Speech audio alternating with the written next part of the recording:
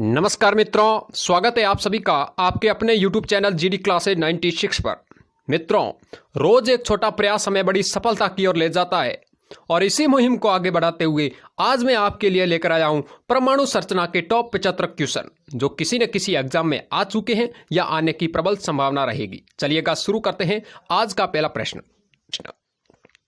आज का पहला प्रश्न है, पदार्थ के परमाणुविक सिद्धांत सर्वप्रथम किसने प्रस्तावित किया? ऑप्शन भी आपके सामने है, Rutherford, John Dalton, J Thomson या नील्स बोर। तो इसका जो सही आंसर होगा साथियों वो ऑप्शन नंबर बी सही होगा, जॉन डाल्टन। अगला प्रश्न, परमाणु के आकार जो है, नाभिक का जो आकार है वो कितना है?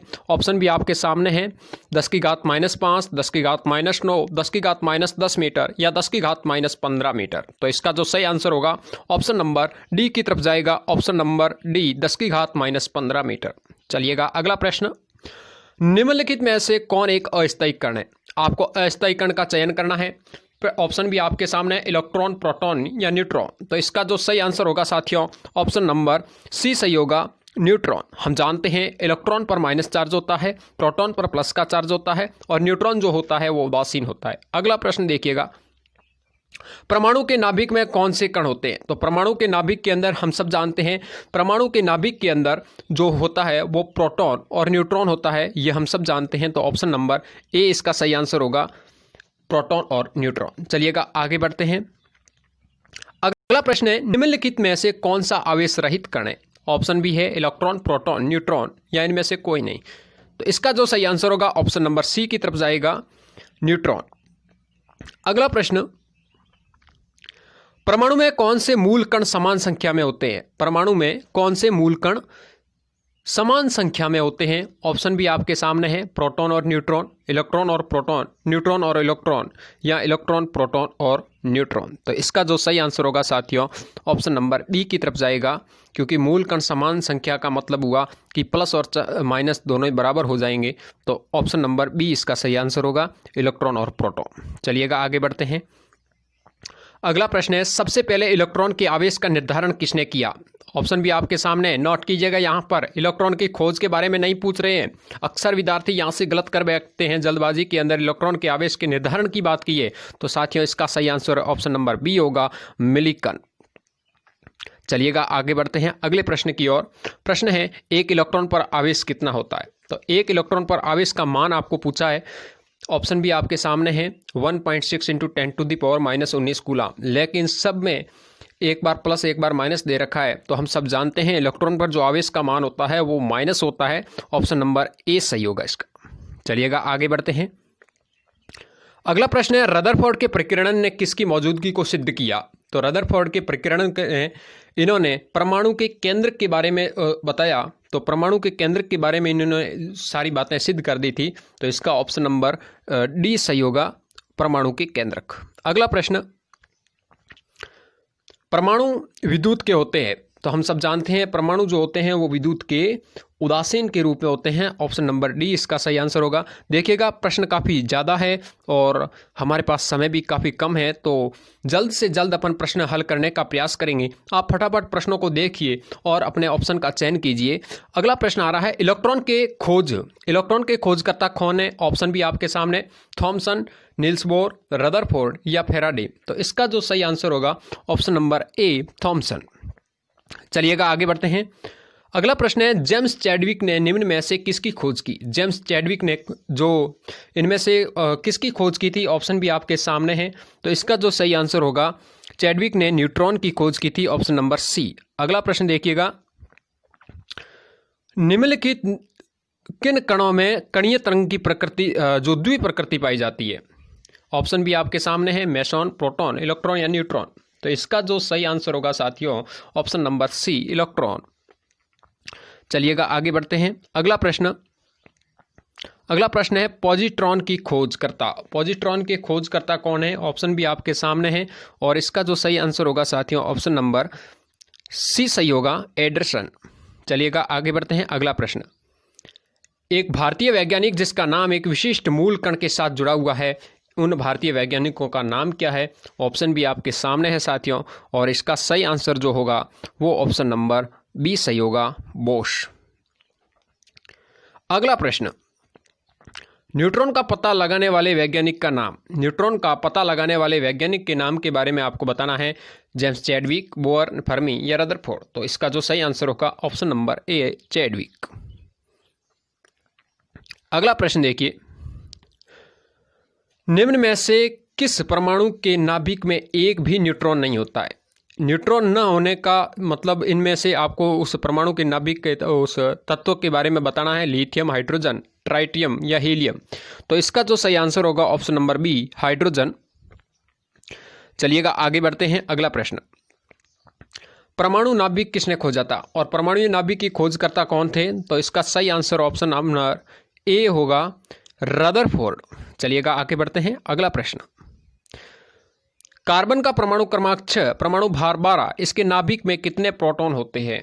कार्बन का परमाणु क्रमांक 6 है, परमाणु भार 12 है, इसके नाभिक में कितने प्रोटॉन होते हैं? थोड़ा सोचने का प्रयास कीजिए मित्रों। मैंने आपको कहा था कि परमाणु क्रमांक जो होता है, परमाणु क्रमांक जो होगा, परमाणु क्रमांक ये बराबर होता है प्रोटॉन के, और प्रोटॉन बराबर होता है इलेक्ट्रॉन के। यहाँ से आपको परमाणु क्रमांक दे रखा है, इसका मतलब परमाणु क्रमांक जितना होगा उतना ही प्रोटॉन होगा, और ये भी आपको प्रश्न के अंदर पूछा गया है। तो इसका जो सही आंसर होगा ऑप्शन नंबर ए।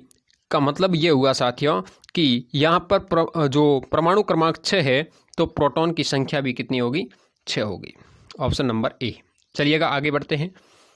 नाभिक के धनावेशित होने की खोज की थी। नाभिक के धनावेशित होने की खोज किसने की थी? ऑप्शन भी आपके सामने है, थॉमसन, रदरफोर्ड, बोर या जेम्स चैडविक। तो इसका सही आंसर ऑप्शन नंबर बी होगा, रदरफोर्ड।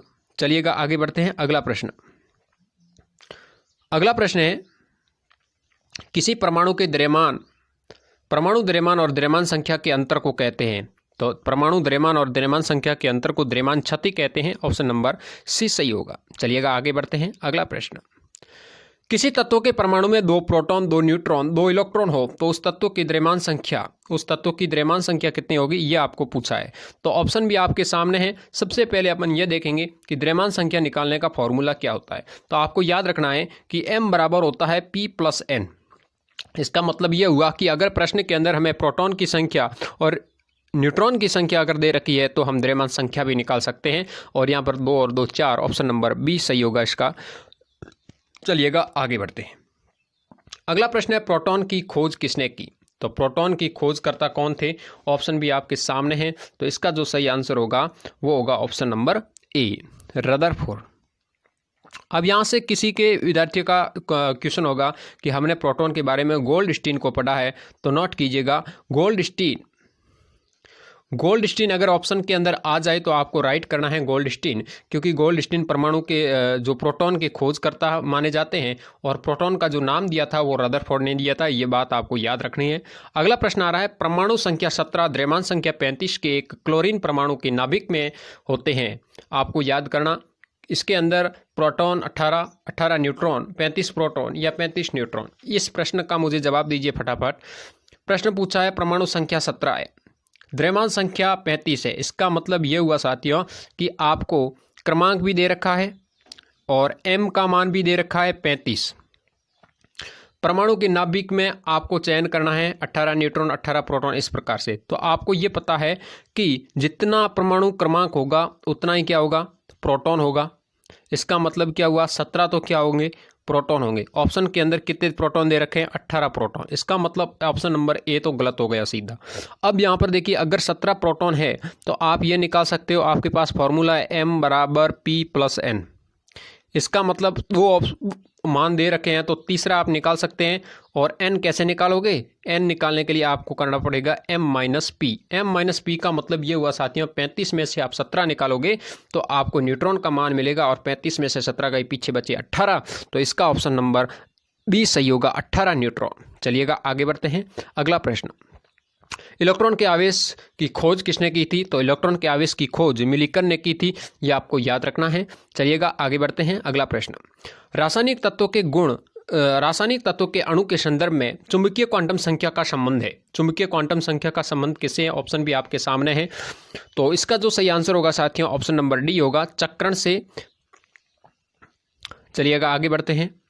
अनिश्चितता के सिद्धांत का प्रतिपादन किसने किया था? तो अनिश्चितता के सिद्धांत का जो प्रतिपादन किया था वो हाइजेनबर्ग ने किया था। ऑप्शन नंबर इसका जो सही होगा बी सही होगा, हाइजेनबर्ग। अगला प्रश्न देखिएगा, एक तत्व के परमाणु में 19 प्रोटॉन 20 न्यूट्रॉन, तो इसकी द्रव्यमान संख्या बताइएगा। साथियों काफ़ी अच्छा प्रश्न है, ऐसा हर बार एग्जाम के अंदर प्रश्न पूछा गया है, चाहे रेलवे का एग्जाम हो, चाहे राजस्थान पुलिस, राजस्थान पटवार, किसी भी कंपटीशन एग्जाम के अंदर परमाणु संरचना अगर किसी की टॉपिक है तो उस टॉपिक में से यहाँ से अक्सर प्रश्न देखने को मिलते हैं। तो इस प्रश्न का जवाब मुझे बताइए। आपको द्रव्यमान मतलब m ज्ञात करना है, प्रोटॉन आपको दे रखा है, न्यूट्रॉन भी आपको दे रखा है, फॉर्मूला आपके पास है m बराबर p प्लस n। जब आप 20 और 19 का योग करोगे तो आपके पास आएगा 39। ऑप्शन नंबर ए राइट होगा। चलिएगा आगे बढ़ते हैं अगले प्रश्न की ओर। अगला प्रश्न है, निम्नलिखित में से कौन एक अस्थायी कण है? आपको अस्थायी कण का चयन करना है, ऑप्शन भी आपके सामने है। तो इसका जो सही आंसर होगा ऑप्शन नंबर सी, न्यूट्रॉन। चलिएगा आगे बढ़ते हैं अगला प्रश्न, एक परमाणु में 9 इलेक्ट्रॉन 9 प्रोटॉन 10 न्यूट्रॉन है, इसकी द्रव्यमान संख्या बताइए। तो द्रव्यमान संख्या निकालने के लिए आपको फॉर्मूला भी आपके पास है, m बराबर p प्लस n। जब आप प्रोटॉन और न्यूट्रॉन का योग करोगे तो ऑप्शन नंबर आपके आ जाएगा डी, 19। चलिएगा आगे बढ़ते हैं अगले प्रश्न की ओर। बहुत ही इंपॉर्टेंट प्रश्न है, ये एग्जाम के अंदर आ चुका है, रेलवे के अंदर प्रश्न पूछा है और कई बार ये प्रश्न रिपीट हो रहा है। इस प्रश्न को आप समझने का प्रयास कीजिएगा। प्रश्न है, परमाणु संख्या Z, द्रव्यमान संख्या A, एक परमाणु में इलेक्ट्रॉन की संख्या बताइए। तो आपको इलेक्ट्रॉन की संख्या बतानी है, परमाणु की संख्या ने इसने Z से प्रदर्शित किया है, कहने का मतलब द्रव्यमान संख्या A है। तो आप क्या कह सकते हो, इलेक्ट्रॉन की संख्या। आपको पता है परमाणु क्रमांक या परमाणु संख्या जो होती है, परमाणु संख्या जो होती है ये किसके बराबर होती है? प्रोटॉन के बराबर होती है, और जो प्रोटॉन बराबर होता है वो इलेक्ट्रॉन के बराबर होता है। तो यहाँ पर परमाणु संख्या Z है, परमाणु संख्या Z है, आप जानते हैं इन्होंने कहा है। तो परमाणु में इलेक्ट्रॉन की संख्या किसके बराबर होगी? तो Z बराबर इलेक्ट्रॉन की जो संख्या होगी, क्योंकि परमाणु संख्या P के बराबर है, P इलेक्ट्रॉन के बराबर होता है, इसका मतलब परमाणु संख्या भी इलेक्ट्रॉन के बराबर होती। तो आपके पास ऑप्शन आ जाएगा E, मतलब इलेक्ट्रॉन जो बराबर होगा वो Z के बराबर होगा। यह ऑप्शन अगर आपके पास देखने को मिल रहा है तो आप लगा सकते हो, ऑप्शन नंबर ए राइट होगा। चलिएगा आगे बढ़ते हैं अगले प्रश्न की ओर। क्वांटम संख्या जो किसी कक्षा में अंतरिक्ष में अभिविन्यास को दिशा को निर्देशित करता है, और इसका ऑप्शन भी आपके सामने है, मुख्य, कक्षीय, चुंबकीय या प्रचक्रण। इसका सही आंसर ऑप्शन नंबर सी होगा, चुंबकीय क्वांटम संख्या। चलिएगा आगे बढ़ते हैं अगला प्रश्न, किसी तत्व के परमाणु की दूसरी कक्षा में इलेक्ट्रॉन की अधिकतम संख्या हो सकती है। इलेक्ट्रॉन की अधिकतम संख्या आपको बतानी है, और वो भी कक्षा कौन सी है? दूसरी। आपको पता है प्रथम कक्षा के अंदर 2, दूसरी कक्षा के अंदर 8, ऑप्शन नंबर ए राइट होगा। चलिएगा आगे बढ़ते हैं अगला प्रश्न, किसी तत्व के परमाणु संख्या 35, उसमें 18 इलेक्ट्रॉन है, तो प्रोटॉन की संख्या कितनी होगी? परमाणु संख्या 35 है, 18 इलेक्ट्रॉन है, प्रोटॉन की संख्या आपको पता करनी है। तो परमाणु संख्या जो दे रखी है 35, तो अपन क्या करेंगे, इस प्रश्न के अंदर सीधा आप अपने पास फॉर्मूला है, और फॉर्मूला अपने पास क्या है, P बराबर E। कहने का मतलब जितने प्रोटॉन होंगे उतने ही क्या होंगे, इलेक्ट्रॉन होंगे, और इसका मतलब 18 इसमें इलेक्ट्रॉन दे रखे हैं, तो प्रोटॉन भी कितने होंगे, 18 प्रोटॉन होंगे। ऑप्शन नंबर बी सही होगा। चलिएगा आगे बढ़ते हैं अगले प्रश्न की ओर। अगला प्रश्न है, इलेक्ट्रॉन की तरंग प्रकृति की खोज किसने की थी? इलेक्ट्रॉन की तरंग प्रकृति की खोजकर्ता कौन है? और इसका ऑप्शन भी आपके सामने दे रखा है। तो ऑप्शन होगा ऑप्शन नंबर बी की तरफ, डी ब्रोगली, इलेक्ट्रॉन की तरंग प्रकृति की खोज। चलिएगा आगे बढ़ते हैं अगले प्रश्न की ओर। तत्व के सबसे छोटे भाग को क्या कहते हैं? तत्व के सबसे छोटे भाग को क्या कहते हैं? ऑप्शन आपके सामने है, और इसका सही आंसर होगा ऑप्शन नंबर ए, परमाणु। चलिएगा आगे बढ़ते हैं अगले प्रश्न की ओर।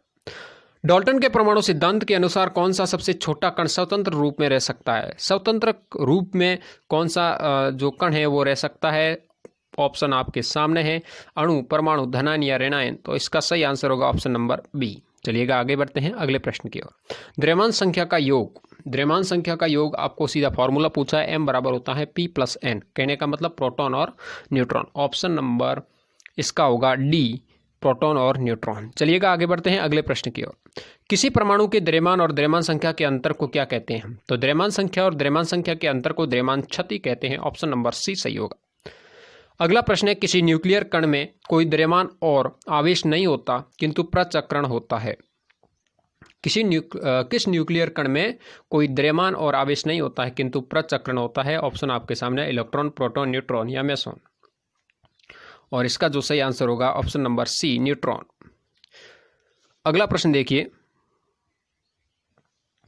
किन किरणों के परिकिरण से नाभिक के आकार का आंकलन किया जा सकता है? ऑप्शन आपके सामने है और हम सब जानते हैं कि रदरफोर्ड ने अपने परिकिरण के अंदर अल्फा कण प्रयोग में लिया। और आपको अगर इस प्रश्न का कारण जानना है कि अल्फा परिकिरण ही प्रयोग में क्यों लिया, तो हमारे पिछले वीडियो आप अवश्य देख लें। परमाणु संरचना के हमने बहुत ही महत्वपूर्ण गहराई से अध्ययन किया था और उस दिन मैंने आपको बताया था कि जैसे ही हमारा ये टॉपिक क्लियर होगा तो मैं आपको इस टॉपिक के संबंध में जितने भी प्रश्न एग्जाम में आ चुके हैं या आने की संभावना रहेगी वो सारी की सारी एक प्रश्नोत्तर सीरीज के साथ आपके सामने पेश होऊंगा। और वो क्लास आज हमारी स्टार्ट हो चुकी है। आप ज़्यादा से ज़्यादा अपने साथियों को शेयर करके इस कक्षा का आनंद लीजिए, आपको बहुत बड़ा फायदा होगा। देखिए, तो किन किरणों के परिकिरण के नाभिक के आकार का आंकलन किया जा सकता है? तो इसका ऑप्शन होगा अल्फा कण परिकिरण।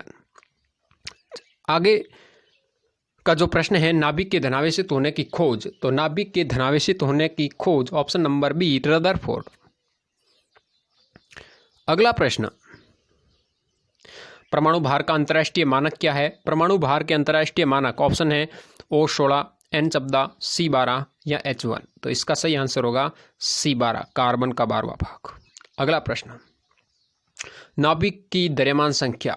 अब नाभिक की जो द्रव्यमान संख्या है, ऑप्शन आपके सामने है। सदा उसके परमाणु क्रमांक से कम होती है, सदा उसके परमाणु क्रमांक से ज़्यादा होती है, सदा उसके परमाणु क्रमांक के बराबर होती है, या कभी उसके परमाणु क्रमांक से ज़्यादा तो कभी उसके परमाणु क्रमांक के बराबर होती है। ऑप्शन आपके सामने है। तो हम सब जानते हैं जो द्रव्यमान संख्या होती है वो परमाणु क्रमांक से ज़्यादा होती है। ये नोट कर लें आप। तो इसका ऑप्शन नंबर बी सही होगा। अगला प्रश्न देखिए, निम्न में से किसने आणविक सिद्धांत को प्रतिपादित किया? आणविक सिद्धांत को प्रतिपादित किसने किया? ऑप्शन आपके सामने है और इसका साथियों जो सही आंसर होगा ऑप्शन नंबर डी की तरफ जाएगा, जॉन डाल्टन।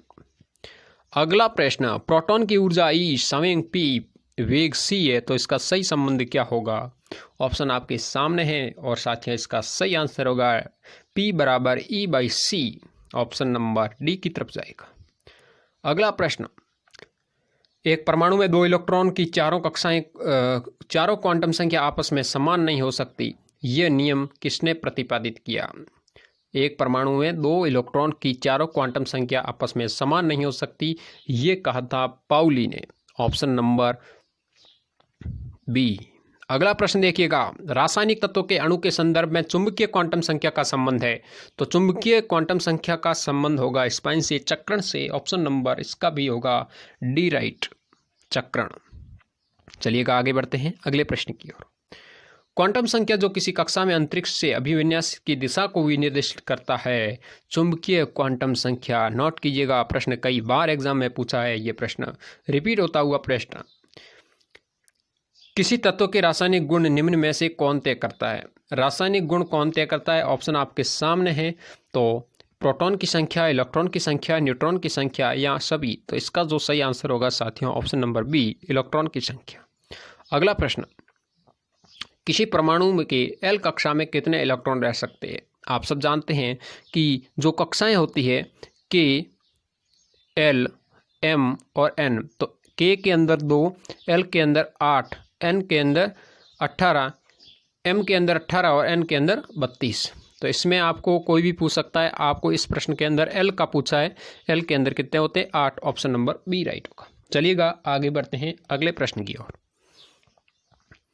एक परमाणु में 9 इलेक्ट्रॉन 10 न्यूट्रॉन, तो उसकी द्रव्यमान संख्या कितनी होगी? द्रव्यमान संख्या पूछा है। आपको क्या करना है, सीधा एक फॉर्मूला याद करना है कि m बराबर होता है p + n, मतलब प्रोटॉन और न्यूट्रॉन के योग द्रव्यमान संख्या के बराबर होता है। तो 10 और 9 को जोड़ लीजिएगा, ऑप्शन नंबर डी आ जाएगा आपके। चलिएगा आगे बढ़ते हैं अगले प्रश्न की ओर। बहुत ही इंपॉर्टेंट प्रश्न है। 18 रेडियन 226 का मतलब यह हुआ मित्रों कि 88 इसका क्या है, 88 इसका परमाणु क्रमांक है और 226 इसका क्या है, परमाणु द्रव्यमान है। अब प्रश्न क्या पूछा है वो सुनिएगा। प्रश्न यह पूछा है कि इसके अंदर प्रोटॉन की संख्या और न्यूट्रॉन की संख्या क्या होगी। आपको मैंने बताया था कि जो तत्व होता है इसके ऊपर यहाँ पर तो द्रव्यमान लिखा जाता है और यहाँ पर इसके क्रमांक लिखा जाता है, परमाणु संख्या लिखी जाती है। तो यहाँ पर आप एक चीज़ नोट कीजिएगा, मैंने आपको बताया था कि m बराबर होता है p+n। ये तो पता चल गया आपको ये पता चल गया कि द्रव्यमान संख्या जो है वो है 226। आपको प्रोटॉन का पता नहीं, अगर प्रोटॉन का पता चलता तो आप न्यूट्रॉन निकाल सकते। मैंने आपको बताया था जो परमाणु क्रमांक होगा वो भी क्या होगा, प्रोटॉन, और प्रोटॉन किसके बराबर होगा, इलेक्ट्रॉन के। तो आप इसको 88 और +n कर सकते हो। जैसे ही आप इसको ऐसे करोगे तो आपको n का मान मिल जाएगा 226 में से जब आप 88 माइनस करोगे तो आपको किसका मान मिल जाएगा, आपको यहाँ से n का मान मिल जाएगा।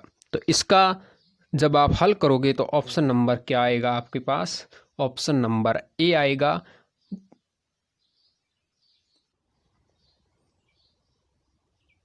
यहाँ से देखिए आपको जो प्रोटॉन का जो मान मिल जाएगा वो मिल जाएगा 138 का मतलब पहला मेरा मान मिल जाएगा ये, और जब इसको 138 और इसमें से माइनस करोगे 226 में तो ऑप्शन नंबर ये मिल जाएगा आपको 88। इसका मतलब आपके पास जो राइट आंसर होगा वो होगा ऑप्शन नंबर ए। चलिएगा आगे बढ़ते हैं अगले प्रश्न की ओर। जिस तत्व में परमाणु में 2 प्रोटॉन 2 न्यूट्रॉन 2 इलेक्ट्रॉन हो तो उस तत्व का द्रव्यमान संख्या। काफ़ी बार प्रश्न ये न्यूमेरिकल प्रश्न पूछा जा सकता है, आपको फॉर्मूले के आधार पर प्रश्न पूछा है तो आपको सीधा फॉर्मूला याद रखना है कि m बराबर p+n होता है। प्रोटॉन और न्यूट्रॉन का योग कीजिएगा, ऑप्शन नंबर बी इसका राइट होगा। चलिएगा आगे बढ़ते हैं और प्रश्न आ गया है आपके लिए, बहुत ही इंपॉर्टेंट प्रश्न है। प्रश्न है 19 के 40 में इलेक्ट्रॉन की संख्या क्या है। आपको इलेक्ट्रॉन की संख्या पूछी है, इसका मतलब ये हुआ साथियों, अगर आपको प्रोटॉन के बारे में पता है तो प्रोटॉन कैसे निकालोगे, आपको पता है परमाणु क्रमांक 19 है, इसका मतलब ये होता है प्रोटॉन के बराबर प्रोटॉन होता है इलेक्ट्रॉन के बराबर। तो इससे आप जब निकालोगे तो ऑप्शन नंबर आपके यहाँ पर बी सही होगा, 19। चलिएगा आगे बढ़ते हैं अगले प्रश्न की ओर। यदि परमाणु की तीसरी कक्षा सबसे बाहरी कक्षा हो तो इलेक्ट्रॉन की अधिकतम संख्या कितनी हो सकती है। अधिकतम संख्या का पूछा है, इसका मतलब आप ये याद कर सकते हो कि परमाणु की तीसरी कक्षा के अंदर ज़्यादा से ज़्यादा कितने इलेक्ट्रॉन आ सकते हैं। तो मैंने आपको बताया था पहली कक्षा के अंदर 2 अधिकतम, दूसरी कक्षा के अंदर 8 और तीसरी कक्षा के अंदर अधिकतम 18 इलेक्ट्रॉन आ सकते हैं। ऑप्शन नंबर सी सही होगा। चलिएगा आगे बढ़ते हैं अगले प्रश्न की ओर। किसी परमाणु की परमाणु संख्या Z, उसकी द्रव्यमान संख्या m है तो इसके नाभिक में न्यूट्रॉन की संख्या क्या होगी। ऑप्शन भी आपके सामने है और इसका जो सही आंसर होगा साथियों वो होगा m-z, ऑप्शन नंबर बी। चलिएगा आगे बढ़ते हैं। परमाणु संख्या 17 द्रव्यमान संख्या 35 के क्लोरीन परमाणु के नाभिक में क्या होते हैं। नाभिक के अंदर देखिएगा, अब आपको कैसे याद करना है कि नाभिक के अंदर आपको सबसे पहले ये पता करना है कि यहाँ से प्रोटॉन कितने हैं, न्यूट्रॉन कितने हैं। अगर ये मान सारे याद कर लिए तो आपको इस प्रश्न का जवाब मिल जाएगा। प्रोटॉन की संख्या आपको दे रखी है 17, परमाणु संख्या, अगर परमाणु संख्या आपको 17 दे रखी है इसका मतलब प्रोटॉन की संख्या कितनी होगी, 17, और 17 अगर प्रोटॉन की संख्या इसका मतलब इलेक्ट्रॉन की संख्या भी कितनी होगी, 17 होगी। तो यहाँ से प्रश्न क्या पूछा है, नाभिक में क्या होगा। तो आपको ये पता करना है कि अगर द्रव्यमान संख्या आपको दे रखी है, द्रव्यमान संख्या m आपको दे रखा है 35, प्रोटॉन की संख्या आपको दे रखी है 17, आपने अभी निकाला परमाणु संख्या से, तो आप न्यूट्रॉन निकाल सकते हो। n बराबर हो जाएगा 35 - 17। जब आप 35 - 17 करोगे तो आपके पास मिल जाएगा 18। 18 क्या है, न्यूट्रॉन है, क्योंकि m बराबर p+n होता है। यहाँ से आपको n का मान मिला है 18 neutron, option number B right होगा। चलिएगा आगे बढ़ते हैं। निम्नलिखित में से कौन इलेक्ट्रॉनिक विन्यास संभव नहीं है। आपको इसमें बताना है कि कौन सा संभव नहीं है।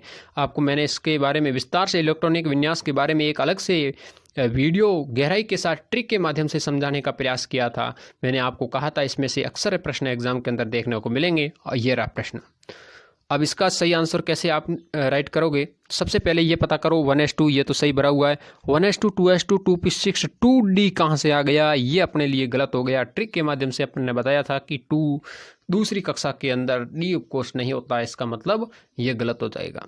ठीक है, तो गलत उत्तर का चयन हो गया और ये भी गलत माना जाएगा क्योंकि 2d10 इसके अंदर भी नहीं होंगे, दोनों ही ऑप्शन इसके लिए गलत हो गए। चलिएगा आगे बढ़ते हैं।